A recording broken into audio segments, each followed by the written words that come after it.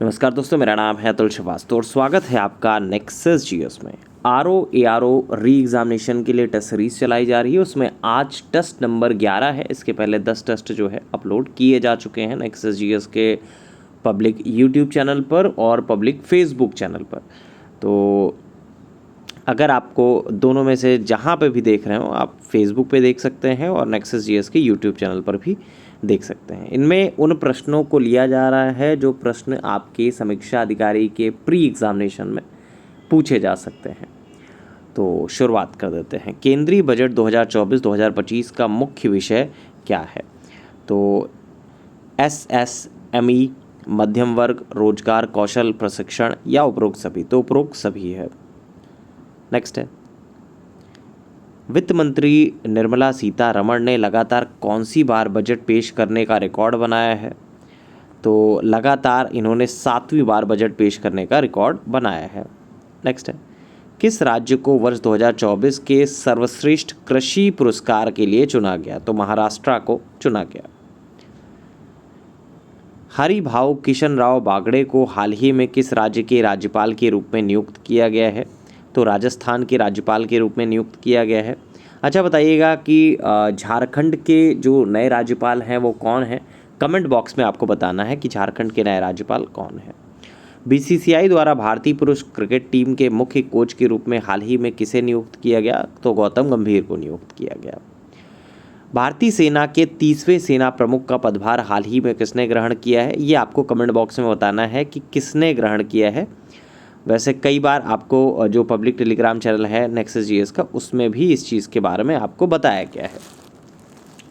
अब शुरुआत कर देते हैं जीएस के प्रश्नों से, क्योंकि जीएस के प्रश्न तो आपके एग्जामिनेशन में आएंगे ही। 140 प्रश्न आपके समीक्षा अधिकारी में पूछे जाते हैं और हमारा जो टारगेट है 140 में कम से कम 70 प्रश्न आपके एग्जामिनेशन में इसी टेस्ट सीरीज से आपको प्राप्त हो जाएं, ये हमारा टारगेट है। तो भारत में थोक मूल्य सूचकांक मतलब WPI के आंकड़े निम्नलिखित में से कौन सा कार्यालय जो है वो जारी करता है?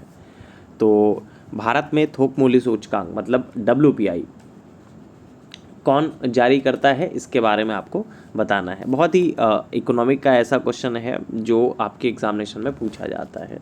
तो वाणिज्य और उद्योग मंत्रालय के उद्योग एवं आंतरिक व्यापार संवर्धन विभाग के आर्थिक सलाहकार के कार्यालय द्वारा भारत में थोक मूल्य सूचकांक के आंकड़े जो है वो जारी किए जाते हैं।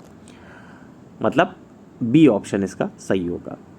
नेक्स्ट है, सामाजिक विकास की 3 अवस्थाओं का सिद्धांत मूलतः किसने प्रतिपादित किया था? तो अगस्त काम्टे ने प्रतिपादित किया था। नेक्स्ट है, कुछ राज्य हैं राज्यसभा में प्रतिनिधित्व के बारे में बात करें तो ये तो आपको डायरेक्टली याद होना चाहिए। राजस्थान में 10 हैं, गुजरात में 11, कर्नाटका में 12, पंजाब में 7। तो 1, 3, 4, 2 पहला ही ऑप्शन सही हो जाएगा, ए ऑप्शन सही हो जाएगा। देखिए, जो प्रश्न आपको नहीं आते होंगे उनको आपको नोट डाउन करना है, जो भी प्रश्न आपको इस सीरीज में दिए जा रहे हैं। निम्नलिखित कथनों पर विचार करिए तथा उनको सही कालक्रम में व्यवस्थित कीजिए। गोलकनाथवाद के बारे में बात करें तो गोलकनाथवाद जो है, गोलकनाथ बनाम पंजाब राज्य जो है वो आपका 1967 का है। केशवानंद भारतीवाद मतलब केशवानंद भारती बनाम केरल राज्य के मामले में बारे में बात करें तो 1973 का है। 24वां संविधान संशोधन के बारे में बात करें तो 1971 का है। 42वें संविधान संशोधन के बारे में बात करें तो 1976 का है। तो कालानुक्रम जो होगा 1, 3, 2, 4 होगा। पहला ही ऑप्शन सही होगा। नेक्स्ट है, निम्नलिखित में कौन सा विधेयक राज्यसभा में प्रथम बार प्रस्तावित नहीं किया जा सकता है? तो संविधान का जो आर्टिकल 109 है उसके उपबंधों के अनुसार धन विधेयक के संबंध में राज्यसभा के पास सीमित शक्तियां होती हैं। किसी धन विधेयक के लोकसभा द्वारा पारित होने तथा राज्यसभा के पास सिफारिश के लिए भेजे जाने के पश्चात इसे राज्यसभा द्वारा प्राप्ति की तारीख से 14 दिनों की अवधि के भीतर लोकसभा को वापस जाना होता है। तो धन विधेयक आपका सही आंसर होगा। निम्नलिखित में से किस व्यक्ति ने मूल अधिकारों को हमारे लोगों के लिए एक प्रतिज्ञा तथा सभ्य विश्व के साथ किया गया एक समझौता कहा है? स्टेटमेंट बहुत पूछा जाता है, डॉक्टर एस राधाकृष्णन साहब ने कहा था। राज्य लोक सेवा आयोग के सदस्य को हटाया जा सकता है, तो राज्य लोक सेवा आयोग के सदस्य को कैसे हटाया जा सकता है? उच्चतम न्यायालय की जांच के पश्चात राष्ट्रपति के द्वारा, मतलब सी ऑप्शन इसका सही होगा। सिविल सेवाओं में सुधार हेतु पीसी होता समिति का गठन किस वर्ष किया गया? तो सबसे पहले तो आपको ये बताना है यूपीएससी के वर्तमान चेयरमैन कौन है, क्योंकि वर्तमान चेयरमैन जो हैं अभी एक लोगों ने रिज़ाइन दिया, उसके बाद दूसरे लोगों ने ज्वाइन किया है, तो आपको पता होना चाहिए और कमेंट बॉक्स में आपको बताना है वर्तमान में आपका यूपीएससी के चेयरमैन कौन है। तो क्वेश्चन ये है, सिविल सेवाओं में सुधार हेतु पीसी होता समिति का गठन किस वर्ष किया गया था? तो किस वर्ष किया गया था? 2004 में किया गया था। निम्नलिखित में कौन सा आयोग समिति की सिफारिश पर भारत में अंतर्राज्यीय परिषद की स्थापना की गई? तो अंतर्राज्यीय परिषद की स्थापना, पहले तो अंतर्राज्यीय परिषद के बारे में बात करें तो आर्टिकल 263 के अंतर्गत आता है, 263 के अंतर्गत आता है। और कौन सी समिति थी? तो सरकारी आयोग थी। कौन से संविधान संशोधन अधिनियम द्वारा मतदान की आयु को 21 वर्ष से घटाकर 18 वर्ष कर दिया गया? तो कौन सा वो था? 61वां संवैधानिक संशोधन हुआ करता था।